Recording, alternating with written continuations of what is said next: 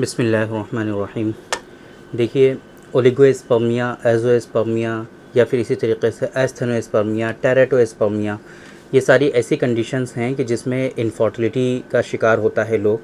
मतलब जो पेशेंट होता है उसको इनफर्टिलिटी होती है और उनके यहाँ जो उनकी वाइफ होती हैं वो कंसीव नहीं हो पा रही होती हैं। जब हम इसके लिए ट्रीटमेंट उनको रिकमेंड करते हैं, चाहे वो स्पर्म काउंट को इंक्रीज़ करने के लिए हो, स्पर्म की मोटिलिटी को बूस्ट करने के लिए हो, स्पर्म की मॉर्फोलॉजी को करेक्ट करने के लिए हो, है ना, तो फिर हमेशा मेडिसिन के साथ में कुछ चीज़ों का जो सपोर्ट होता है वो बहुत इम्पॉर्टेंट होता है। आपके खाने पीने में क्या चीज़ें खाना आपके लिए बेहतर है, आपके खाने पीने में किन चीज़ों से आपको बचना चाहिए, है ना। इसी तरीके से कैसा लाइफस्टाइल आपको रखना चाहिए, क्या चीज़ें ऐसी हैं कि जो आपके स्पर्मेटोजेनेसिस को सपोर्ट कर सकती हैं कि भाई जब आप ज़ाहिर सी बात है ट्रीटमेंट ले रहे हैं तो आप उन चीज़ों का सेवन या उपयोग या इस्तेमाल जो है वो थोड़ा सा बढ़ा दें कि जिससे आपके स्पर्म काउंट को और सपोर्ट मिल जाए, स्पर्मेटोजेनेसिस को सपोर्ट मिल जाए, स्पर्म की मोटिलिटी बूस्ट हो जाए और स्पर्म काउंट आपका इंक्रीज़ हो जाए। तो आज के इस वीडियो में हम स्पेसिफिकली जो बहुत ही 5 इम्पॉर्टेंट चीज़ें हैं वो हम आपको बताने की कोशिश करेंगे, जो 5 इम्पॉर्टेंट फूड्स हैं कि जिनका इस्तेमाल आप इस मकसद के लिए कर सकते हैं। और क्या चीज़ें हैं स्पेसिफिकली, कुछ और अल्टरनेट चीज़ें भी हम आपको बताएंगे कि जिन चीज़ों से आपको बचना चाहिए। और बहुत ही इम्पॉर्टेंट कुछ स्पेसिफिक मेडिसिन भी हैं जिनका इस्तेमाल करके आप इस परेशानी से अपने आप को बचा सकते हैं और स्पर्म काउंट को इंक्रीज़ कर सकते हैं, मोटिलिटी को जो है बेहतर कर सकते हैं, मॉर्फोलॉजी को करेक्ट कर सकते हैं। ये सारी चीज़ें आज के इस वीडियो में हम डिटेल में आप लोगों से बात करने की कोशिश करेंगे। मेरे बारे में तो आप जानते ही हैं, मैं हूं doctor Nizamuddin Qasmi. As a sexologist and infertility specialist हम पिछले 11 सालों से वर्क कर रहे हैं। ये हमारा सेंटर सायरा हेल्थ केयर है, बाराबंकी उत्तर प्रदेश में सिचुएटेड है। हमारे यहाँ प्योर हर्बल मेडिसिन के थ्रू क्योरेबल ट्रीटमेंट देने की कोशिश की जाती है। अगर आपको सेक्सुअल डिसऑर्डर्स हैं, अगर आपको इनफर्टिलिटी है, आप बहुत परेशान हैं, इलाज करा करके थक चुके हैं, आपको कहीं से भी खातिर खा आराम नहीं हो रहा है, तो आप एक मरतबा हमारे सेंटर सायरा हेल्थ केयर तशरीफ़ ला सकते हैं। ये सायरा हेल्थ केयर बाराबंकी उत्तर प्रदेश में सिचुएटेड है। बाराबंकी बस स्टॉप और रेलवे स्टेशन से बिल्कुल वॉकिंग डिस्टेंस पर है।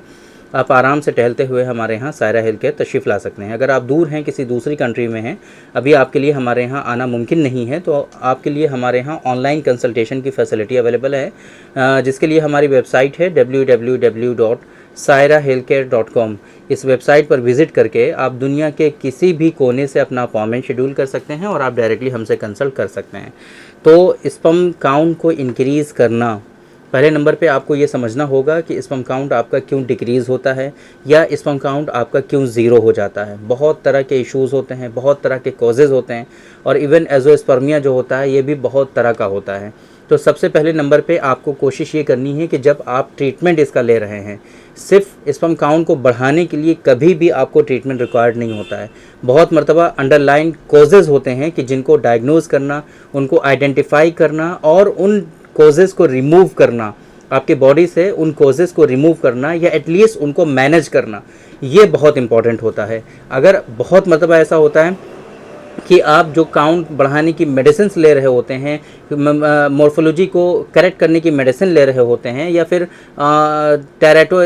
एस्थेनोस्पर्मिया होता है, आपको जो है मोटिलिटी जो है वो डिक्रीज़ है, उसको बूस्ट करने के लिए मेडिसिन ले रहे होते हैं, बट वो मेडिसिन आपके वर्क नहीं कर रही होती हैं। जिस तरीके से उनको वर्क करना चाहिए उस तरीके से वो वर्क नहीं कर रही होती हैं, जिसके नतीजे में होता क्या है कि आप दवाओं पे दवाएं खाते जाते हैं, डॉक्टर्स पे डॉक्टर्स बदलते जाते हैं, बट आपका काउंट ना तो इंक्रीज़ होता है, ना मॉर्फोलॉजी सही होती है, बूस्ट होती है, ना ही आपका जो मॉर्फोलॉजी है ना, वो करेक्ट होती है, ना ही आपकी जो मोटिलिटी है वो बूस्ट होती है। तो आप बहुत परेशान होते हैं कि आखिर ऐसा क्या मसला है कि क्यों ऐसा नहीं हो पा रहा है। तो पहले नंबर पे कि जब भी आप ट्रीटमेंट अपना स्टार्ट करें, कोई भी मेडिसिन लेना शुरू करें, तो पहले आपको ये पता होना चाहिए कि आपको डिज़ीज़ क्या है, उस डिज़ीज़ के पीछे के फैक्टर्स क्या हैं, आपको वो जो डिज़ीज़ है उस डिज़ीज़ की डायग्नोसिस क्या है, किस वजह से आपका काउंट कम हो रहा है, किस वजह से आपकी मोटिलिटी डिक्रीज़ हो रही है, किस वजह से मॉर्फोलॉजी है वो आपकी इनकरेक्ट हो रही है या ख़राब हो रही है।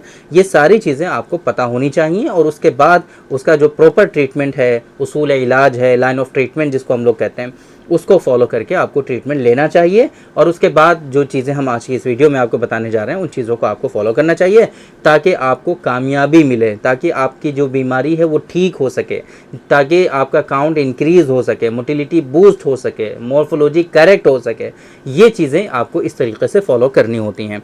बहुत मरतबा लोग गलती ये करते हैं कि सिर्फ पूछ लेते हैं कि डॉक्टर साहब हमें क्या खाना चाहिए, बस वही खाते रहते हैं और कहते हैं डॉक्टर साहब ने तो बताया था, हमें कुछ हुआ ही नहीं। बहुत मरतबा ऐसा होता है कि लोग कहते हैं कि डॉक्टर साहब तो कुछ बताते हैं, होता कुछ है। ऐसा हरगिज़ नहीं है। बहुत सारी चीज़ें ऐसी होती हैं जो पेशेंट टू पेशेंट चीज़ें वेरी करती हैं।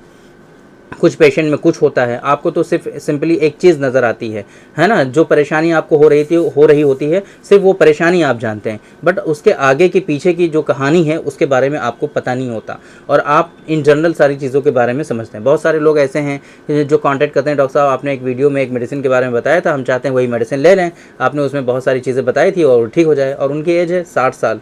60 साल की एज के पेशेंट एक मेडिसिन के बारे में जानना चाहते हैं कि हम ये मेडिसिन खा लें और हम सही हो जाएं। जब हम उनको बताने की कोशिश करते हैं कि आपकी कंडीशन ऐसी नहीं है कि इस एक सिंगल मेडिसिन से आपकी ये बीमारी ठीक हो सके, तो डॉक्टर साहब आपने वीडियो में तो बताया था, तो अब उनकी समझ में नहीं आया, है ना। उनको ये लगा कि बस ये कोई भी मेडिसिन ये खा लेगा वह ठीक हो जाएगा, अमृत फल है ये, है ना, मतलब ये जादू है, जादू की कामना करने लगते हैं आप लोग। तो ये चीज़ थोड़ी सी नामुनासिब होती है। चीज़ों को अच्छे से समझना चाहिए और प्रॉपर वे में फॉलो करना चाहिए ताकि बीमारियां जो हैं वो आपकी जड़ से ठीक हो सकें। ऐसा नहीं है कि आप 60 साल के हैं तो आप ठीक नहीं हो सकते, आप जो है 55-50 साल के हैं तो ठीक नहीं हो सकते, ऐसा हरगिज़ नहीं है। तो बात करते हैं असल चीज़ जो हमने आपकी स्टार्टिंग में आप लोगों से बताया था कि हम जो आज के इस वीडियो में आप लोगों से डिस्कस करने वाले हैं उस चीज़ के बारे में बात करते हैं।